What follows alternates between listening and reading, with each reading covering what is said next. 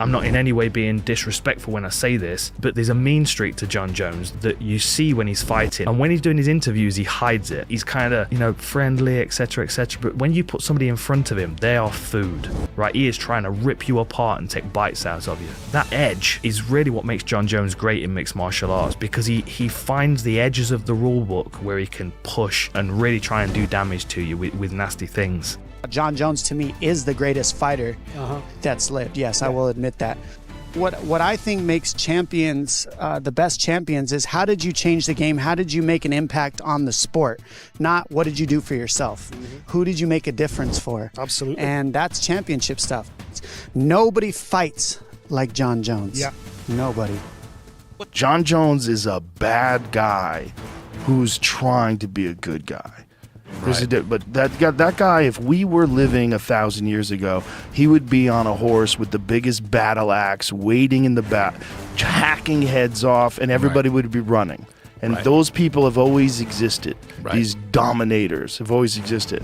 But Jon is like a genuinely sensitive, intelligent guy who's trying to do the right thing. But he's a conqueror. When I was a champ, it was about avoiding the landmines.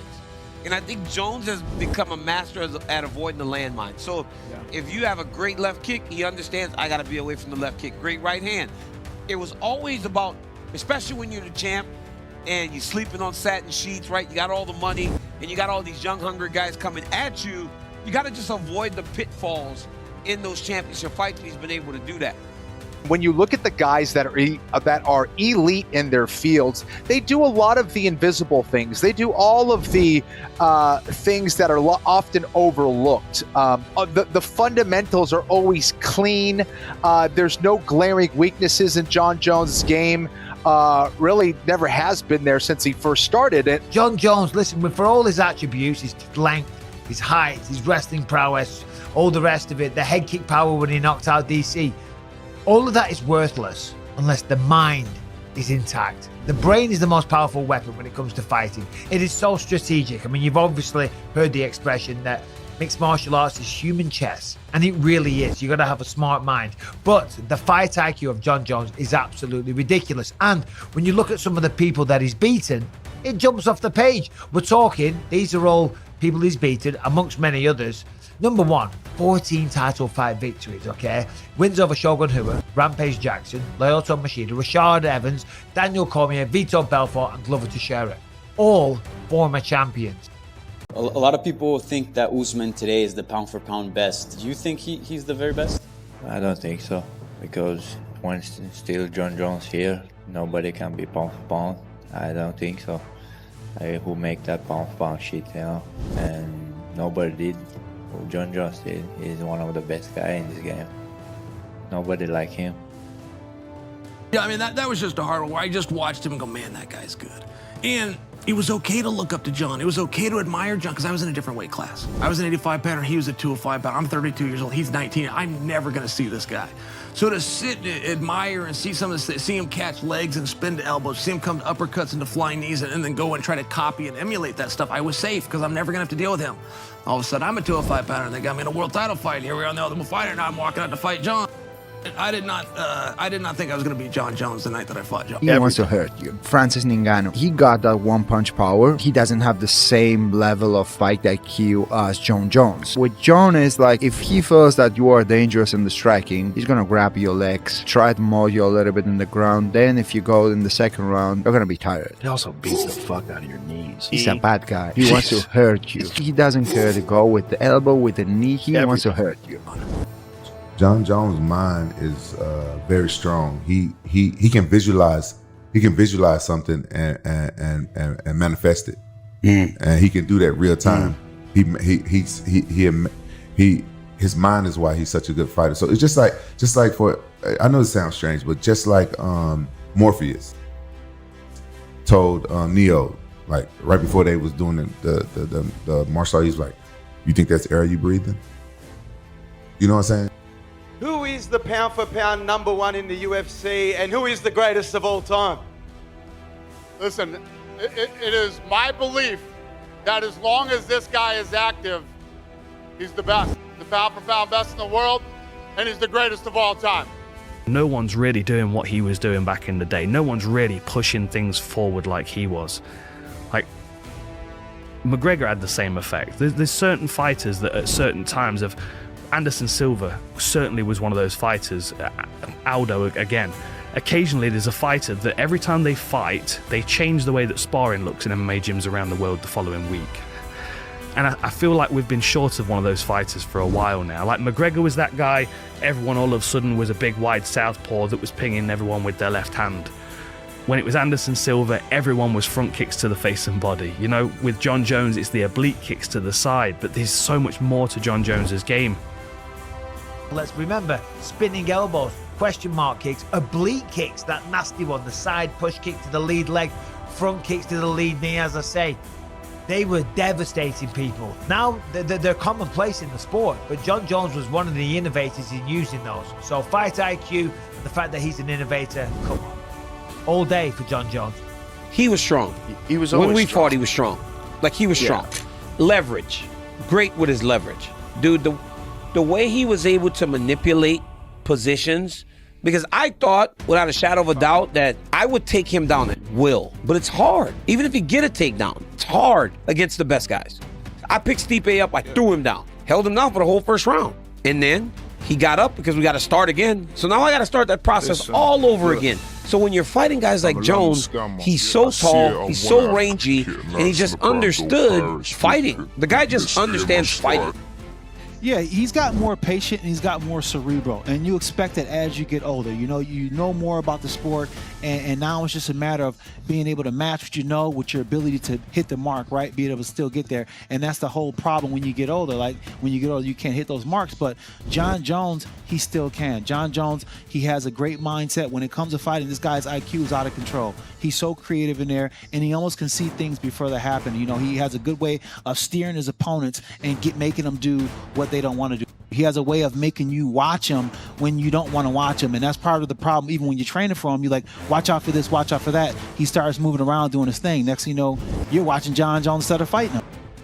Some people don't really watch tape, or they only watch a little bit. They let their coaches do the work. Jon Jones studies everyone.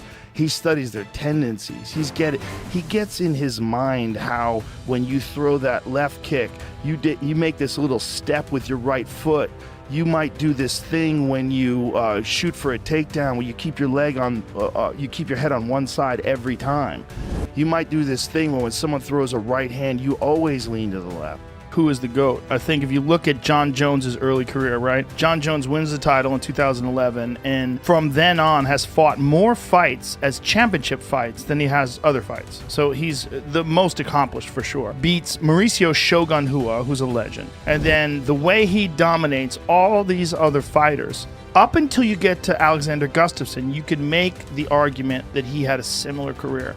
You could make the argument, like, if you look at what he did, Jon didn't lose any rounds. Jon was smashing people. You look what he did to Rashad Evans. Look what he did to Rampage Jackson. Look what he did to Lyoto Machida. Look what he did to everybody. You look at the way he beat Daniel Cormier in the first fight. Took him down. Like, who the fuck takes Daniel Cormier down, right? And then you look at him in the second fight. Even though it was ruled a no contest, we know what the fuck happened. He head kicked him and stopped him. You know, it was spectacular. There is not a fight on earth that I will back down for. I don't care. I go there, and whatever happened. This is the sport. And definitely, Jon Jones is not the guy. I mean, he might be the best fighter ever, but he's not the guy that I'm running away from. No, not him. Jon Jones is not scared of anybody. I mean, I don't love Jon Jones, but I will tell the story the way it happened. And to make believe that Jon Jones is scared to fight somebody is false. Because you're looking at a guy who's not only huge, 6'4", 6'5", longest reach in the heavyweight division. Now Stefan Struve's retired, but he's got this creativity that he can apply to people that can't stop him doing it. I think no matter how much he tries to camouflage it, it comes out between the bells of the rounds, and that might be a shock to the system for anybody. Jon Jones, of course. Nobody is like him. He beats the monsters. You know, I did work, all my training, did with Alex. I know how good he did. And if Jon Jones could stop that guy, it's scary. And he beat like not easy fighters. It was crazy good fighters, knockout power, and on the ground it was good. Everything was like perfect. The guy and DC, you know how with pressure and he's good wrestling, and he has good boxing, and he has mentality. It's like just pressure the fighters and them, you know. And he stopped that guy as well. If he stay in the game, he has to beat pound number one. Yeah, I do think there's definitely a wisdom that was not there before. And in terms of the fight genius, see, that's a big part of all of this, because there's no denying the God-given ability, right? The natural fighting ability and fighting instincts, the God-given frame, I mean, has huge hands, which you cannot say about every single heavyweight. But in terms of the fight genius, right? And I don't say this even tongue-in-cheek, like working smarter, not harder, I can guarantee you that he'll work harder for the Stipe fight. I've fully joined the Jon Jones bandwagon after watching his early career, and I kind of hope we're going to see that creativity out of him again, because he may well be the best talent we've ever seen in mixed martial arts, and we should all be looking forward to seeing him back in competition. My mindset is just to fight a few times. You know, I've been blessed to not have received too many concussions. I want to save my intelligence, my brain for my kids, raising my kids, and for future business. So I believe that I only have a few more fights left in me. And then I'll go on to being Jonathan Jones and no more with John Bones. But one thing I think people forget about Jones is he's tough, because I hit him with some big shots, and he took those big shots and he continued to press and continued to fight. So it's not just his abilities, right? He does have a really strong mind for fighting, because in those tough moments, Jon Jones is really not running away from the fight. He's kind of going to it. And that is ultimately what makes him so difficult to deal with inside the octagon.